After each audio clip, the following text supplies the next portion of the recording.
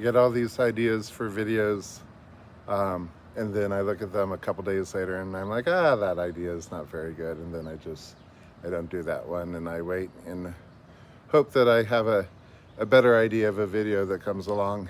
So hopefully that's what this is. And I finished Once and Future King. I'm starting on Le Morte Arthur. I've got a lot of thoughts just about the two of those. Once and Future King spends a lot of time on Arthur's childhood, and Le Morte Arthur spends like a chapter. Le Morte Arthur is like 500 chapters long, so a chapter is nothing at all. It's like two and a half pages. And the end of the Once and Future King, it talks a lot about philosophy, a lot about King Arthur and what he's thinking as everything's sort of falling apart. And as a horrible reader that I am, I flipped to the end of Le Morte Arthur. Nothing like that. And Arthur just it's sort of unclear if he dies or doesn't die, which I think is how the legend goes. But once he's defeated in battle, he just is taken off without it, pages and pages and pages, like in the Once and Future King, talking about, his internal thoughts. So I want to talk a little bit about the end of the Once and Future King. So a bunch of spoiler alerts if you haven't read the book, if you haven't seen Camelot, if you don't know how that all ends,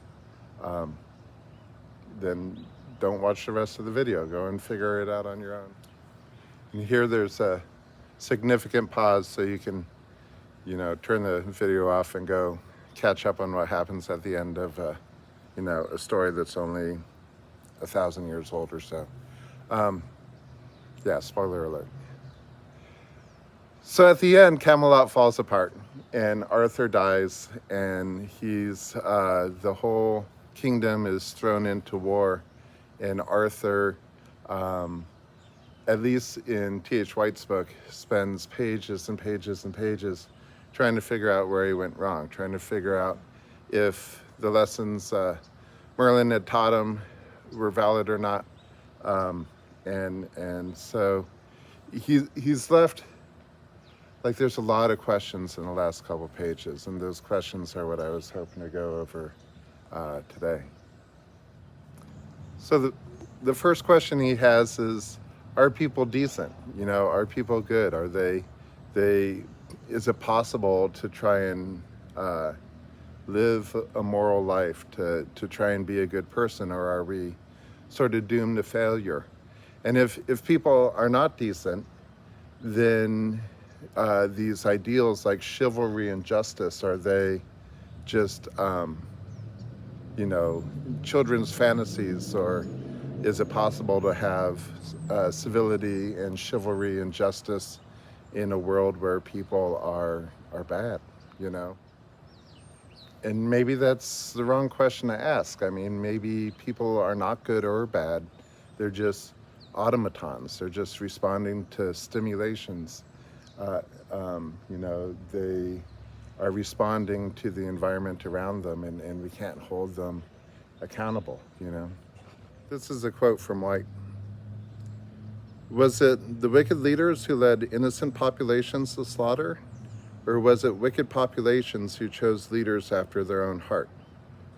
Because if it's wicked leaders, then we can blame the leaders. But the problem, I think, is, or White thought, is that the leaders are just responding to the general population. And if the general population is wicked, if they're prone to anger, prone to revenge, prone to,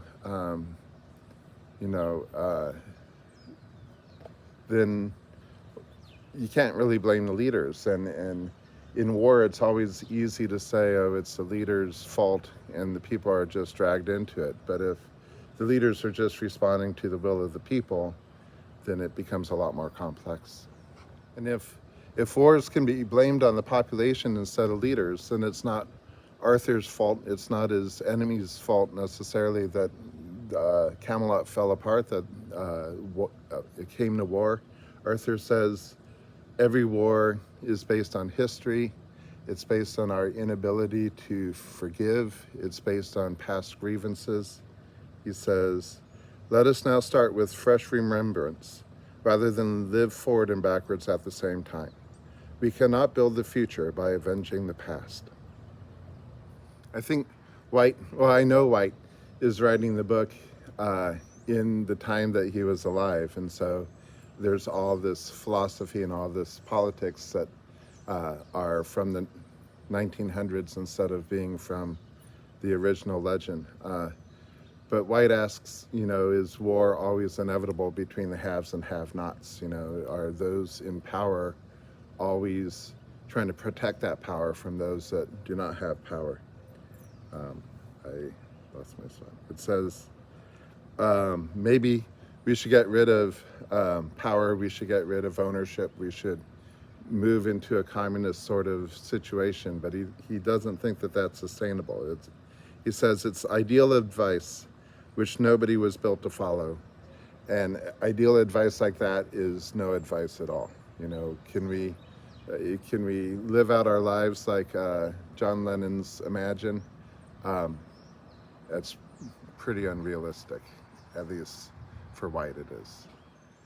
So after White spends page upon page upon page having Arthur philosophize and try and figure out where he went wrong, trying to figure out what he could have done to avoid the war, Arthur sends for his page, Tom of Warwick, and tells Tom, hey, I know you were planning on fighting in a war tomorrow, the next day, but I want you to run. I want you to get away from here. I want you to remember Camelot, remember the Round Table, remember King Arthur, remember justice, remember law, remember chivalry, and retell this story. And there's a lot of people who think Tom of Warwick is Thomas Malory, who wrote The Morte d'Arthur. It's pretty clear that that's what White was trying to do.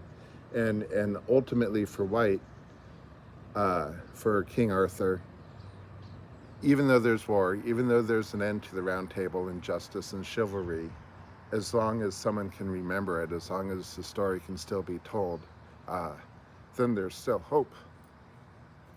Again, a couple of quotes right from the book. Arthur tells Tom, my idea of those nights was a sort of candle. I have carried it for many years, with a hand to shield it from the wind. It has flickered often. I am giving you the candle now. And he concludes later on, the fantastic thing about war was that it was fought about nothing. And then just a last thought about the Round Table from, again, King Arthur in White. If people could read and write, not just eat and make love, there is still a chance that they might come to reason. And I think that's what he's saying, is that, are we able to avoid war? Are we able to build an ideal Camelot in our time? And he says, if we're ever able to do that, it needs to not be based on our basis emotions, hunger and power. It needs to be based on reason and logic and a love of reading and writing and story. It's sort of based on the narrative itself, which I think is a really powerful idea.